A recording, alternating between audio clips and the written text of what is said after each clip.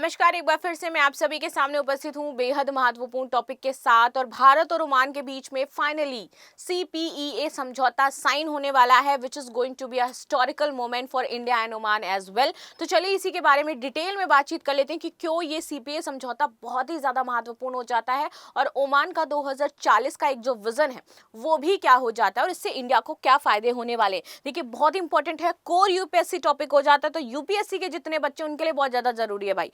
पता होना चाहिए कि हाल ही में ये कौन सा समझौता हुआ है जिस पर मुहर लगेगी और बताया जा रहा है ये समझौता वैश्विक लेवल पर इंडिया के लिए गेम चेंजर साबित हो सकता है। तो चलो शुरू करते हैं। 17 दिसंबर 2025 को हमारे जो भारतीय प्रधानमंत्री हैं वो ओमान की 2 दिवसीय आधिकारिक यात्रा पर जाने वाले हैं।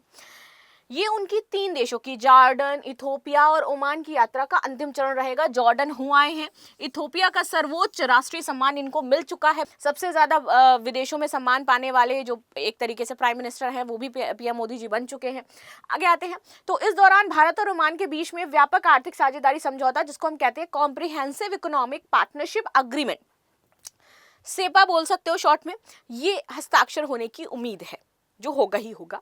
ये समझौता दोनों देशों के बीच मुक्त व्यापार की तरह काम करेगा, जिसमें ज्यादातर वस्तुओं पर सीमा शुल्क कम या खत्म कर दिया जाएगा। जरूरी इसलिए क्योंकि भैया 50% टैरिफ बहुत जगह से लग रहा है, तो कहीं से तो कम होना चाहिए हमारे ऊपर।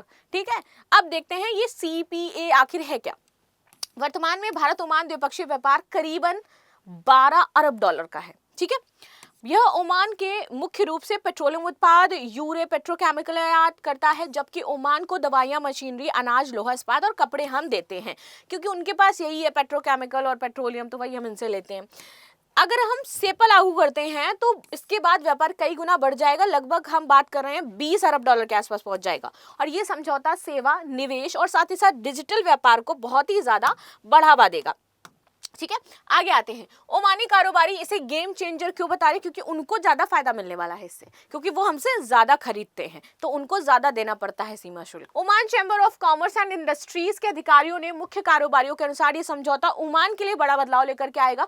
मुख्य कारण है कि व्यापार में इससे भारी बढ़ोतरी होगी, क्योंकि सीमा शुल्क उनको कम देना पड़ेगा। ठीक है, रोजगार के नए अवसर बन सकते हैं, क्योंकि भारतीय कंपनियों के निवेश से ओमान में नौकरियां बनेंगी।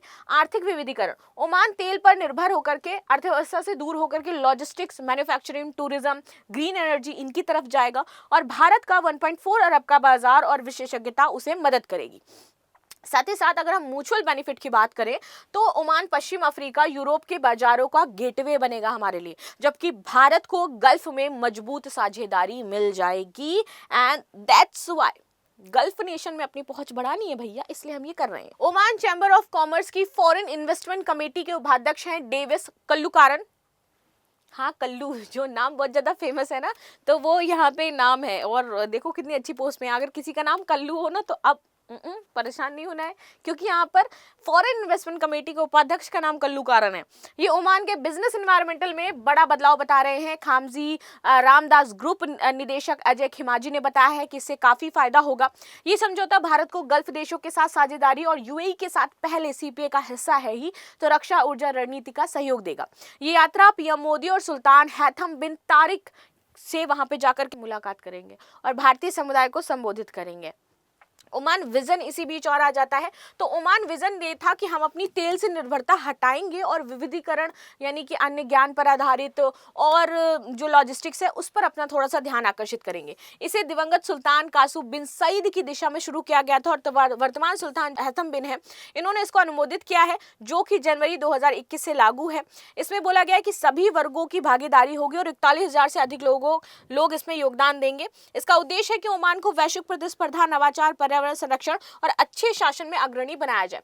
विजन के मुख्य 4 स्तंभ यहाँ पर बताए गए हैं। ठीक है, आगे आते हैं तो लोग और समाज यानी कि पीपल और सोसाइटी, जिसमें शिक्षा, स्वास्थ्य, नागरिकता, राष्ट्रीय पहचान, संस्कृति और सामाजिक सुरक्षा पर फोकस है। दूसरा है अर्थव्यवस्था, निजी क्षेत्र की विविधीकरण, आर्थिक विविधीकरण, निवेश, रोजगार, अंतर्राष्ट्रीय सहयोग। तीसरा है शासन और संस्थागत प्रदर्शन, जिसमें कुशल प्रशासन, डिजिटल पारदर्शिता और भ्रष्टाचार, सतत पर्यावरण, नवीकरणीय ऊर्जा, इस पर बात की जाएगी। 12 स्तंभ हैं जिन पर प्राथमिकताएं रहने वाली हैं, शिक्षा, स्वास्थ्य, आर्थिक, श्रम बाजार, निजी प्रांतों का विकास और फर्दर ये जो आपकी सारी मेंशन है, इन पर ये काम करने वाले हैं, तेल पर निर्भरता कम करेंगे, युवाओं को कौशल देंगे और पर्यावरण संरक्षण की बात कर रहे हैं। हालिया प्रगति तो विजन के 74% संकेतकों में महत्वपूर्ण प्रगति हुई है, बाकी अभी बचे हुए हैं जिन पर काम किया जा रहा है और जल्द ही अपने इस विजन को ये पूरा कर लेंगे। तो this is the news what we discuss. मिलते हैं नेक्स्ट क्लास में, तब तक के लिए धन्यवाद। लाइक शेयर सब्सक्राइब करना बिल्कुल भी ना भूलें and thank you so much.